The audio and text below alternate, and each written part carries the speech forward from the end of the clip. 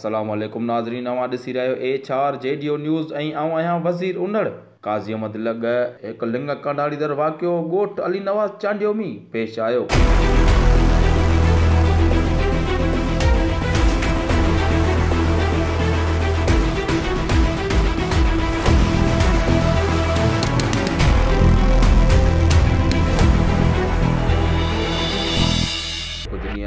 ॻोठ जे चङी मुड़स गैरत जे नाले में ॿिनि मासूम न्याणियुनि भेनरुनि जंहिंमें 8 वरनि जी मायरा चांडियो ऐं 13 वरनि जी न्याणी साइमा चांडियो खे कारोकारीअ जो बहितान ॾेई फ़ैसिलो ॿुधाए बेदर्दीअ सां गोलियूं हणी क़त्ल करायो।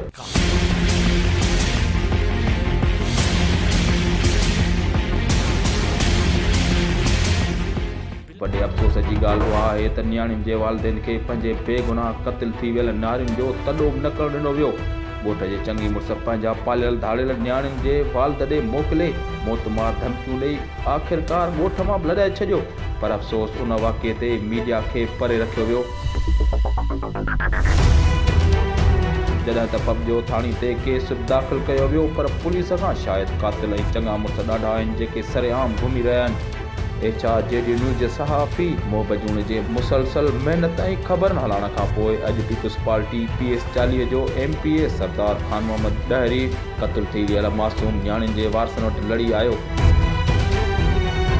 HRJDO न्यूज़ जे टीम सां ॻाल्हाईंदे सरदार ख़ान मोहम्मद डहरी चयो त जॾहिं मूंखे ख़बर पई त ॾाढो ॾुख थियो।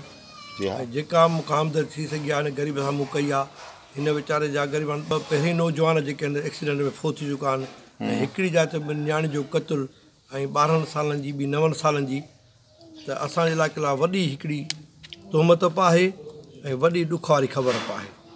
ऐं मां जीअं अॼु कराची कल्ह मोटियो आहियां, अॼु आयो आहियां त मां हाज़िर थियो आहियां ऐं हिते मूं उज़ुरखाई बि कई आहे ऐं हर वक़्तु डेली मां तुनियो साहिब सां राब्ते में पायां SP साहिब सां ऐं काफ़ी तुनियो साहिब बि कोशिशि करे रहियो आहे, पर इंशा अल्लाह ताला मूंखे उमेदु आहे त जेके बि मुलज़िम आहिनि उहे कैफ़े किरदार ते पहुचंदा ऐं हिनखे इंसाफ़ मिलंदो। इहो रुॻो हिते न पर असेंबली में बि मूं उते ॻाल्हायो आहे, दुआ बि उते कराई न्याणियुनि लाइ ऐं असेंबली में बि ॻाल्हायो त हिन जा कातिल गिरफ़्तार थियणु खपनि ऐं मां पंहिंजी भरपूर कोशिशि कई आहे। इंशा ताला आईंदा बि कोशिशि कंदुसि। हीअ मुंहिंजा बच्चा आहिनि, मुंहिंजा भाइर आहिनि। चांडियो बिरादरी चांडियो कम्यूनिटी काफ़ी मूंसां जेको आहे ॾुख सुख में काज़ीअहमद खां वठी दोस्त मूंसां शामिलु आहे। हिन जो ॾुख सुख में मां सदैव शामिलु आहियां ऐं रहंदुसि। चईनि 5 8 15 20 ॾींहंनि खां शुरू आहे। हिकु जाते मूं दावत खाधी, उते बि रेड करायो वियो। मां मेले में आयुसि, मेले ते रेड करायो वियो। हीअ न्याणियूं क़त्ल करायूं। उहे हिकिड़ा साज़िश टोला आहिनि जेके नाकाम आहिनि, जेके हिन इलाइक़े जा नुमाइंदा न रहिया आहिनि, त हुनखे ॿियो कुझु न मिलियो आहे। उहे साज़िश न पिया काहिजी पिया आहिनि, उहे इहे कम करे रहिया आहिनि। पर बहरहाल मां कंहिंजो नालो कोन वठंदुसि। मां इहो चवंदुसि ॾुहारी गिरफ़्तार थियनि ऐं इहा मंज़िल कजे त हीअ छो क़त्ल न्याणियूं कयूं वयूं ऐं छा लाइ क़त्ल। आईंदा इन्हनि शयुनि खे जेकॾहिं सख़्तु कार्रवाई थींदी ॿीहर इन शयुनि खे बुंझो ईंदो। मासूम कारयूं न हूंदियूं आहिनि, पर उते बि किन माण्हुनि जो हथु आहे। उन्हनि माण्हुनि जो हथु आहिनि, उहे ई माण्हू मुलज़िमनि खे बचाए रहिया आहिनि। ऐं थी सघे थो त SP लेवल तां न पर हेठि असांजी पुलिस जेका हेठि पुलिस लेवल ताईं आहे, त उन्हनि ते प्रेशर हुजे त उन्हनि ते हू हथु विझण लाइ मजबूर आहिनि, उन में हथु नथा विझनि। जेके मेन इन किरदार खे अमल करायो या अमली जामो पहुचायो या इहे क़त्ल कराया।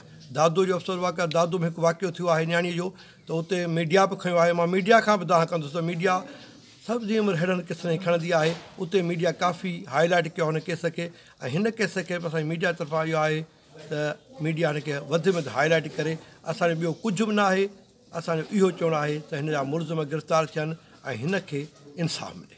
असां तमामु थोरा हितां पंहिंजे सरदार ख़ान मोहम्मद साहिब जा जेको असांजे तक जो MP आहे। असां वटि को बि अहिड़ो चूंडियल नुमाइंदो को बि न पहुतो आहे हिन वक़्त ताईं, केर बि न पहुतो आहे। ऐं असां ते तमामु महिरबानी आहे, असां ते थोरो कयो अथसि। अॼु बि असां वटि हाज़िरी भराई अथसि। असांजी हिमायत बाक़ाइदा सां करे पियो SP साहिब खे ॿियो टियों ऐं जवाबदार जल्दी में गिरफ़्तार थियनि। असां वटि जेके हिते के असांजा माइट आहिनि, कुझु उहे माइट ई आहिनि जेके हिन जूं न्याणियूं क़त्ल कयूं। मोहम्मद लाइक़ न्याणियूं बेगुनाह क़त्ल कयूं आहिनि। मूंखे हिते बाक़ाइदा धमकियूं ॾिनऊं त तूं जेको आहे सो हिन जी पुठि भराई न करे, मोहम्मद लाइक़ ई न त असां तोखे मारींदासीं। मूं चयो बाबा मां हिन जी पुठि भराई कहिड़ी थो कयां, हिन सां नाइंसाफ़ी थी आहे, हिन सां ज़ुल्म थियो आहे। मां हिन सां जेको आहे सो इन जे करे हिन जी मदद कया। तव्हां हुनखे चयो पिया बेगुनाह हीअ जेकियूं न्याणियूं इन्हनि खे माना खफ़न कुझु बि न ॾियो, इन्हनि खे ईअं दफ़नायो। वधीक ख़बरुनि अपडेट लाइ ॾिसंदा रहो HRJDO न्यूज़।